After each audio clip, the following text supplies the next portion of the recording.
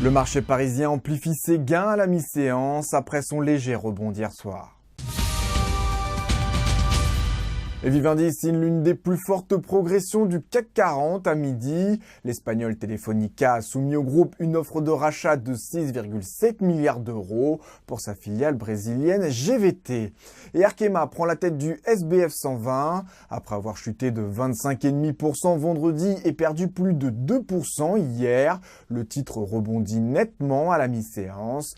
Nomura et Bank of America Merrill Lynch sont passés à l'achat sur le dossier. Et Lafarge et Holcim vont procéder à la cession d'un ensemble d'actifs au Brésil dans le cadre de leur fusion. Dans le rouge, Deutsche Telekom serait peu séduit par l'offre d'Iliad sur sa branche américaine T-Mobile US. Le Crédit Agricole a enregistré une chute de 97,5% de son bénéfice net au deuxième trimestre à 17 millions d'euros. La banque française détient en effet 14,6% du capital de Banco Espírito Santo.